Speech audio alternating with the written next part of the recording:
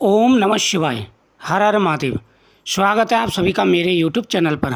आज मैं आपको हरताल का तीज की कथा सुनाऊंगा।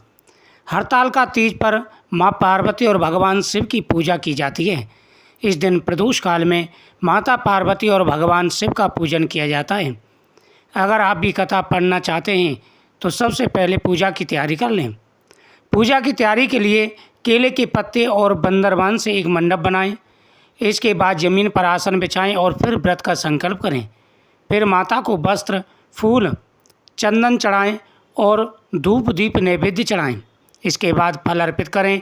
इन सभी के छोटे मंत्र होते हैं जिसे आप बोलकर ये सभी चीज़ें अर्पित करें।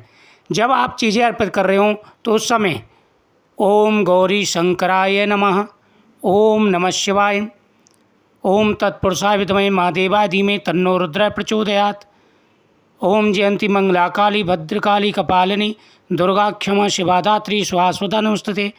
इन मंत्रों को बोल करके माता को आप भगवान शिव को समर्पित करें। जो भी सामग्री आपने माता और भगवान शिव के लिए ली है वो सभी इन मंत्रों को बोल करके समर्पित करें।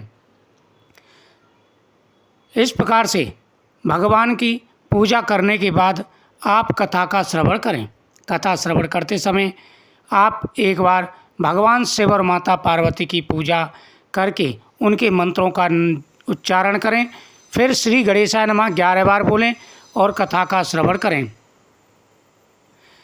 श्री पवन पावन भूमि कैलाश पर्वत पर विशाल बट वृक्ष के नीचे भगवान शिव और पार्वती सहित गणों सहित बागंबर पर विराजमान थे भगवान भोलेनाथ। बलवान वीरभद्र, भृंगी, श्रृंगी, नंदी अपने अपने पैरों पर सदाशिव के दरबार की शोभा बढ़ा रहे थे। इस अवसर पर महारानी पार्वती ने भगवान शिव से दोनों हाथ जोड़कर प्रश्न किया कि हे महेश्वर, मेरे बड़े सौभाग्य हैं जो मैंने आप सभी के पति को वरण किया। क्या मैं जान सकती हूँ कि मैंने वह कौन सा पुण्य अर्जित किया? आप अंतर्यामी हैं, मुझ पर अपनी कृपा करें और वर्णन करें। मैंने ऐसा कौन सा व्रत व तप किया था? माता पार्वती की ऐसी प्रार्थना सुनकर भगवान शिव बोले, तुमने अति उत्तम पुण्य का संग्रह किया था जिसे मुझे प्राप्त किया। वह अति गुप्त व्रत है, लेकिन मैं तुम्हें बताता हूँ। वह व्रत भादो मास के शुक्ल पक्ष की तीज के नाम से प्रसिद्ध है। यह व्रत ऐसा है कि तारों में चंद्रमा, नवग्रह में सूर्य, वर्णों में ब्राह्मण, देवताओं में गंगा, पुराणों में महाभारत, वेदों में साम, इंद्रियों में मन होता है। इतना श्रेष्ठ है। उन्होंने बताया कि जो तीज हस्त नक्षत्र के दिन पड़े वह बहुत ही पुण्यदायक माना जाता है। ऐसा सुनकर पार्वती जी ने कहा कि मैंने कब और कैसे तीज का व्रत किया था, विस्तार पूर्वक सुनाइए। इतना सुनते ही भगवान शंकर बोले, भाग्यवान उमा, भारतवर्ष के उत्तर में हिमाचल श्रेष्ठ पर्वत के यहाँ पर तुमने जन्म लिया।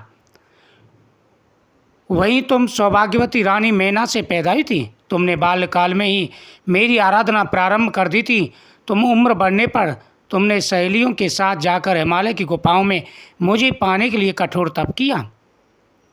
तुमने गर्मी में बाहर चट्टानों में आसन लगाकर तप किया, बारिश में बाहर पानी में तप किया, सर्दी में पानी में खड़े होकर मेरे ध्यान में लग्न रही और तुमने कठोर तप किया। तुमने इस दौरान वायु सूंघी, पेड़ों के पत्ते खाए और तुम्हारा शरीर क्षीण हो गया। ऐसी हालत देखकर महाराज हिमाचल को बहुत चिंता हुई। वे तुम्हारे विवाह के लिए चिंता करने लगे। इसी मौके पर नारद आए। राजा ने उनका स्वागत किया और उनके आने का कारण पूछा। देव ऋषि नारद ने कहा, महाराज, मैं भगवान विष्णु की तरफ से आया हूँ। मैं चाहता हूँ कि आपकी सुंदर कन्या को योग्य वर प्राप्त हो। सो बैकुंठ निवासी भगवान विष्णु ने आपकी कन्या को वरण करने के लिए कहा है। क्या आपको स्वीकार है? राजा हिमाचल ने कहा, महाराज, मेरा सौभाग्य है जो कि मेरी कन्या को भगवान विष्णु ने स्वीकार किया है और मैं अवश्य उन्हें अपनी कन्या उमा का भाग्यदान करूँगा। मैं कन्यादान करने के लिए तैयार हूँ। यह सुनिश्चित हो जाने पर नारद जी बैकुंठ को चले गए और भगवान विष्णु से उनके विवाह का पूर्ण होना सुनाया। यह सुनकर तुम्हें बहुत दुख हुआ और तुम अपनी सखी के पास पहुंचकर विलाप करने लगी।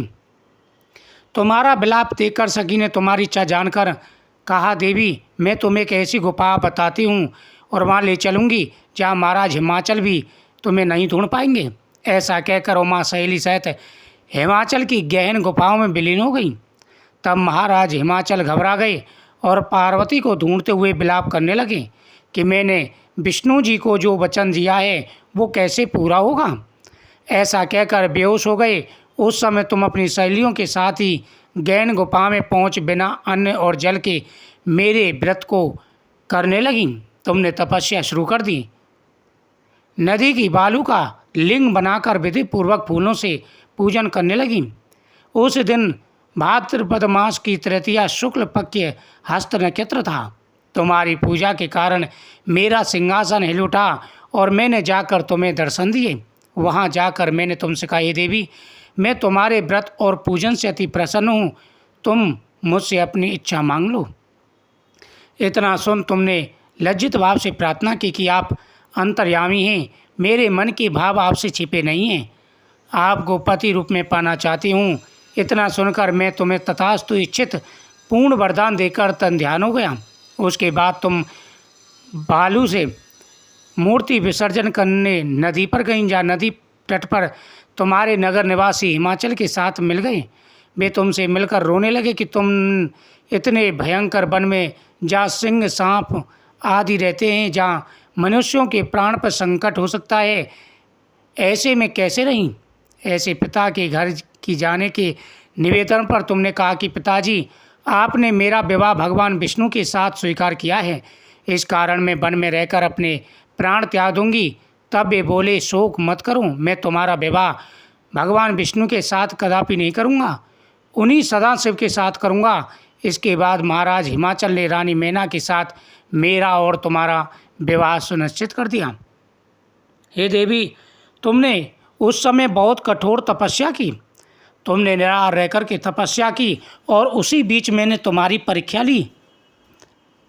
उसी समय नदी में एक मगरमच्छ ने बच्चे का पैर पकड़ा और मगरमच्छ से उस बच्चे को बचाने के लिए तुमने जो तपस्या का पुण्य था वह मगरमच्छ को दे दिया। यह तुम्हारी कर्री कठिन परीक्षा थी जिसमें तुम उत्तीर्ण हुई। अनेकों प्रकार के कष्ट सहते हुए तुम अपने तप से बिल्कुल विचलित नहीं हुई और तुमने हड़ताल का तीज का व्रत किया।